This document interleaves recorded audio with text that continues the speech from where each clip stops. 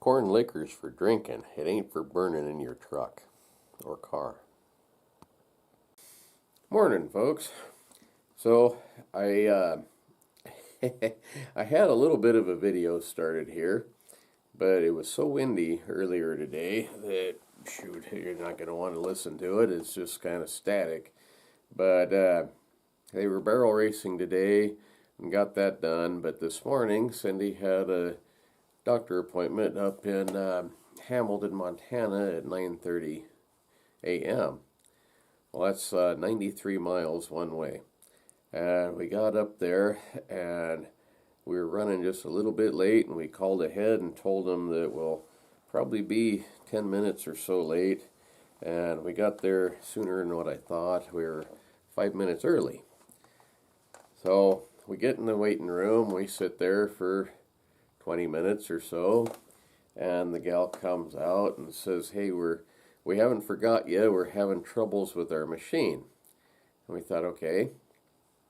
Another 5 or 10 minutes goes by, and she comes out again and says, "We're still having troubles with this. We might not be able to get it fixed." And Cindy says, "Okay." And so the gal goes back in the room.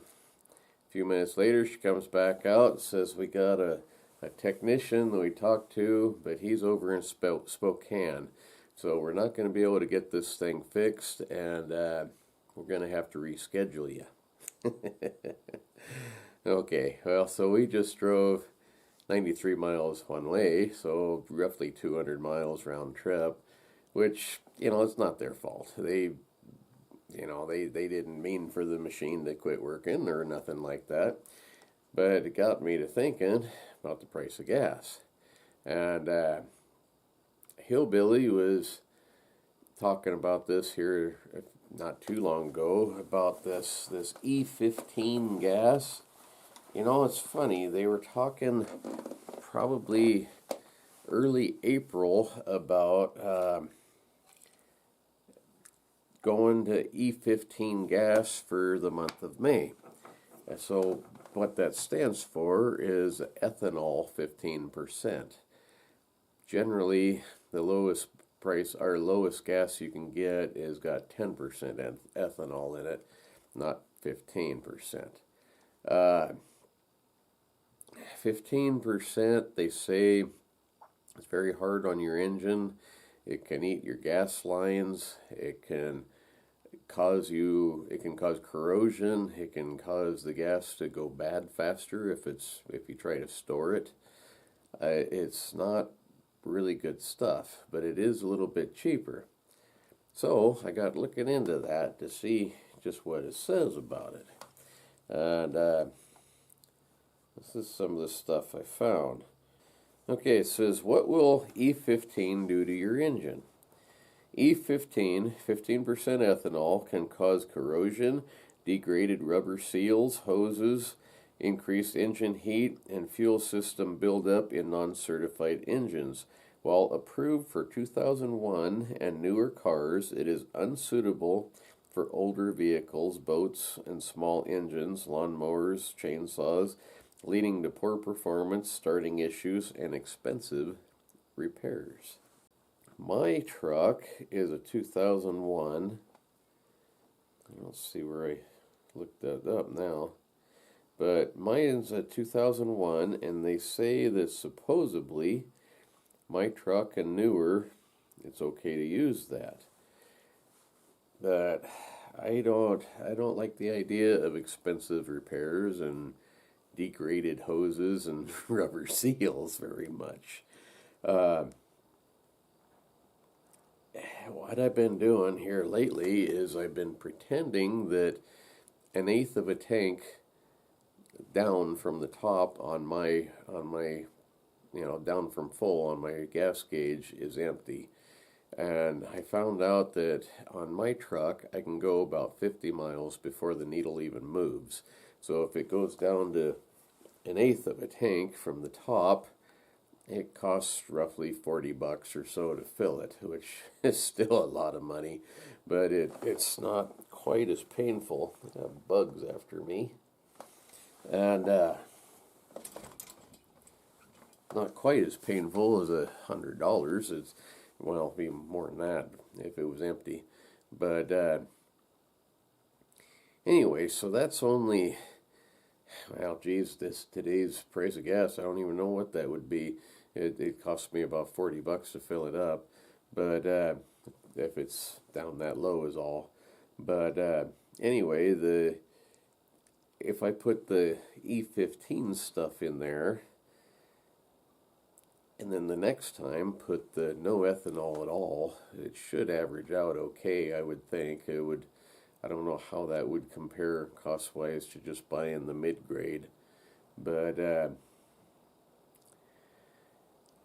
don't know. The other problem, I just saw this here. They're talking about making it permanent.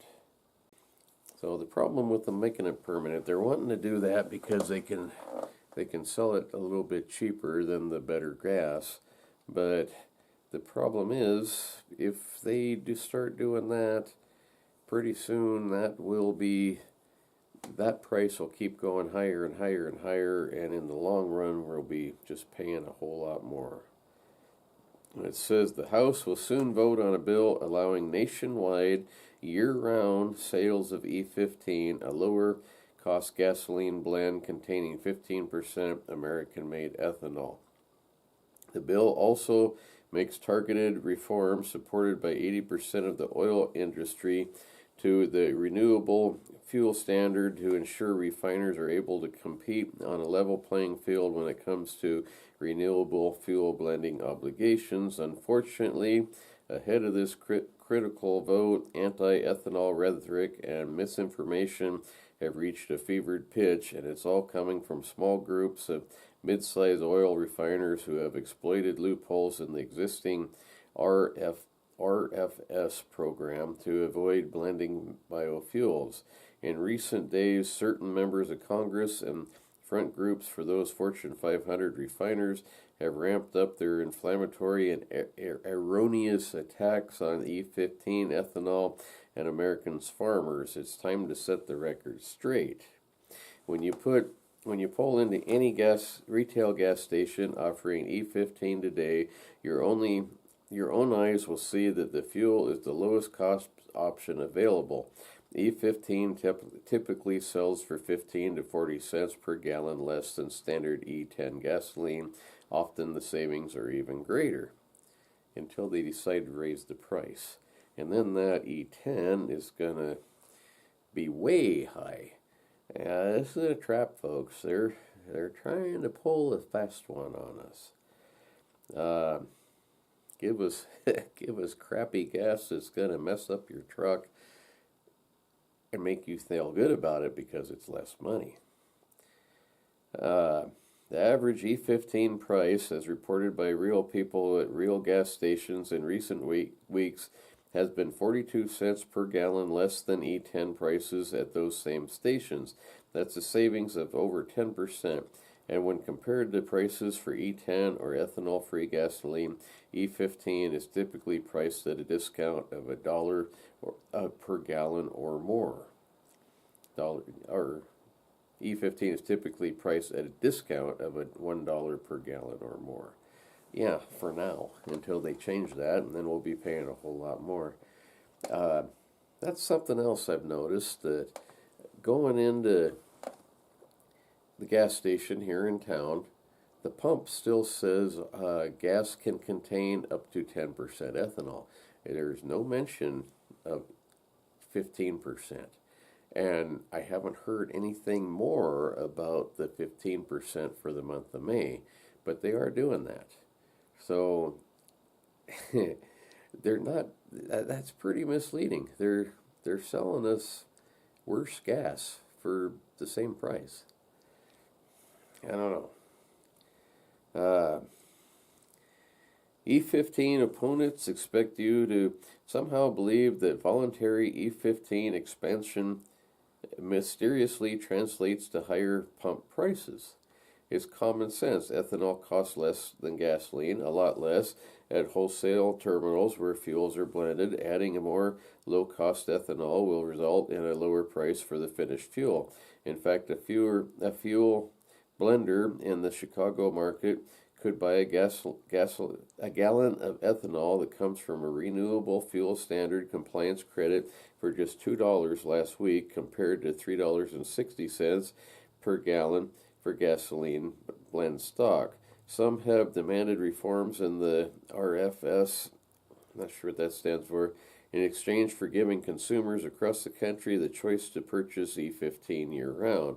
That's why the measure is being voted on this week, including modifications to small refinery exemptions under the RFS. These sensible changes modify the requirements for which entities qualify for an exemption, ensuring that mid-sized refiners can't continue to exploit a loophole that has undermined the RFS for years. These carefully tailored provisions are a key reason that members on both sides of the aisle, farm organizations, fuel retailers, consumer advocates, and an overwhelming swath of the petroleum industry have lined up to support this critical legislation. And it goes on and on. But, used to be you could go and fill up a 5-gallon gas jug of regular leaded gasoline and put it in the garage for 3 years. And it would smell a little bit stale, but it would run just fine. Try that now, it ain't gonna run. And I had in my Willys pickup there, I had some gas in there for quite a while. It had ethanol in it. The fuel lines actually turned like jelly. You could squeeze them and squish them between your fingers. I mean, it was weird. You could pull them apart and they would just stretch out and then snap, and it ruined them. I had to go through all that, all the fuel lines, and the carburetor was all gummed up, and had to replace a bunch of seals. Got a rebuild kit for the gaskets and things for the carburetor. So, that's extreme. That sat for quite a while. But, man, I mean, it's not good. It's not good at all. And that might be our new gas. No. What do? They got you over a barrel of oil now to buy expensive gas, and the price is just going to go up. This is going to really do is give them an excuse to make the low price stuff that we don't like now cost a lot more than what it does. Anyway, see you folks tomorrow. Thanks for watching.